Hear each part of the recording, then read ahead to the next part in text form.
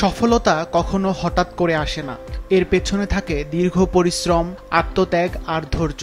জীবনের প্রতিটি চ্যালেঞ্জ, প্রতিকূলতা আর ব্যর্থতার মধ্য দিয়েই একজন মানুষ সফলতার শিখরে ওঠে।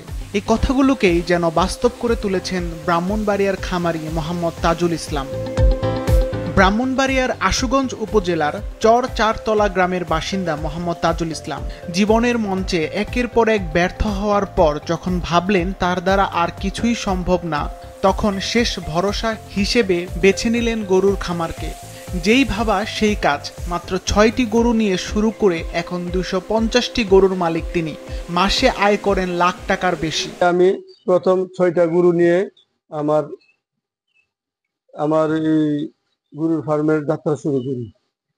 তো প্রথম যে ৬টা গরু দিয়ে ব্যবসা শুরু করছি তখন মোটামুটি কিছু লাভ হয়েছে। তারপর চিন্তা করলাম যে এই জায়গায় বাণিজ্যিক আকারে করা যায় কিনা। তারপরে আমি ব্যাংক থেকে কিছু লোন নিয়ে আমি আমার গ্রামে একটি শেড তৈরি করি।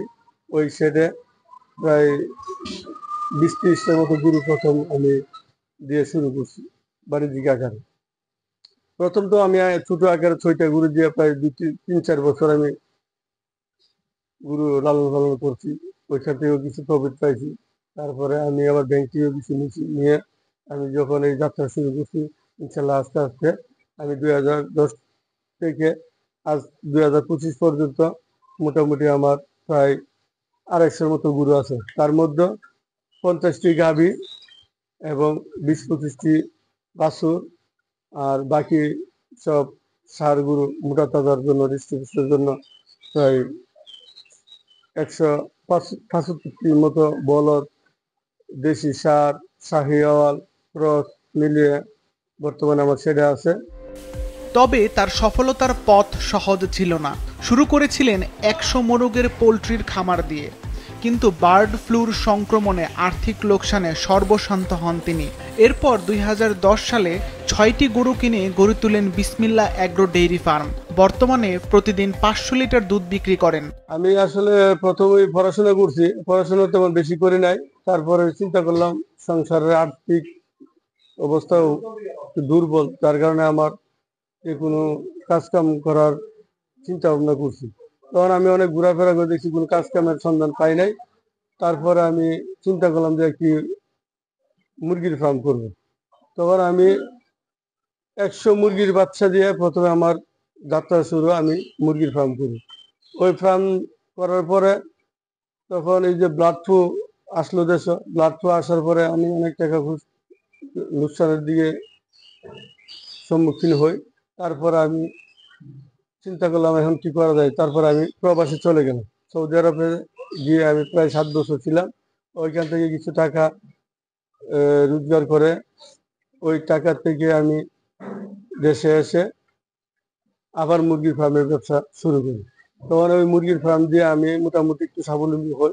হওয়ার পরে চিন্তা করলাম যে আরো কিভাবে ব্যবসা বড় করা যায়, বা যেই ব্যবসা করলে কর্মসংস্থানের ব্যবস্থা করা যায়। কারণ অনেক দেশের মাঝে অনেক লোক আছে, দেখা যায় এরা কোনো কর্মসংস্থান খুঁজে পাচ্ছে না, বা এরা নেশাগ্রস্ত হচ্ছে বা চুরি ডাকাতি করে। তখন চিন্তা করলাম যে আমার মনে হয় গরু ফার্মের ব্যবসা শুরু করলে ওই গরু দিয়া যদি আমি লাভবান হই, তাহলে এই গরুর ফার্ম অনেক বড় করা যাবে এবং ওইখানে অনেক লোকের কর্মসংস্থান দেওয়া সম্ভব। তার এই খামারে ২৫ জনের কর্মসংস্থানের সুযোগ তৈরি হয়েছে। তাদের বেতন ভাতা দিয়েও প্রতি মাসে লাখ টাকা আয় করেন তাজুল।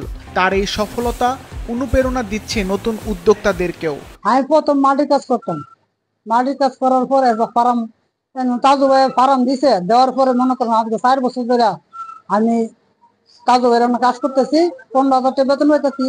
১৫,০০০ টাকা বেতন পাই, মনে করেন আল্লাহর রহমতে আমার ২ পুত্রে আমি সুখে আছি। ভাই খুব ভালো মানুষ। সে ছোট থেকে অনেক বড় একটা পরিশ্রম দিয়ে অনেক বড় একটা ফার্ম তৈরি করছে। ওনার দ্বারা প্রায় ২০-২৫ জন মানুষ এখানে কাজ করে খাইতেছে। আমাদের মতো গরিব মানুষ এখানে কাজ করে খাইতেছে। উনি খুব একজন পরিশ্রমী লোক। উনি খাবারের মধ্যে কোনো ভেজাল টেজাল দেয় নাই। হ্যাঁ, আল্লাহ তার প্রতি সহায় আছে। আর আমরাও ইচ্ছা আছে যে এই দিকে অনেকদিন ওই শিখলাম আমরা একটা কিছু করার। তার এই সফলতায় খুশি জেলা প্রাণী সম্পদ দপ্তর।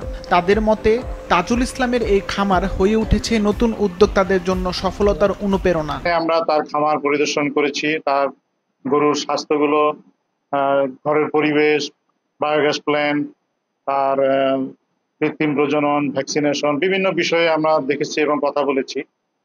দেখে বেশ ভালো লাগলো।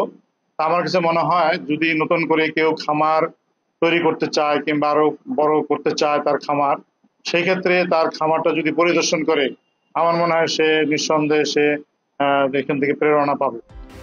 জীবনে বারবার ব্যর্থ হওয়ার পরেও হার না মেনে সততা ও পরিশ্রমের মাধ্যমে যে সফলতার চূড়ায় উঠা যায় তার উদাহরণ তাজুল ইসলাম। তাকে অনুসরণ করে সফল হতে পারেন ভবিষ্যৎ উদ্যোক্তারাও।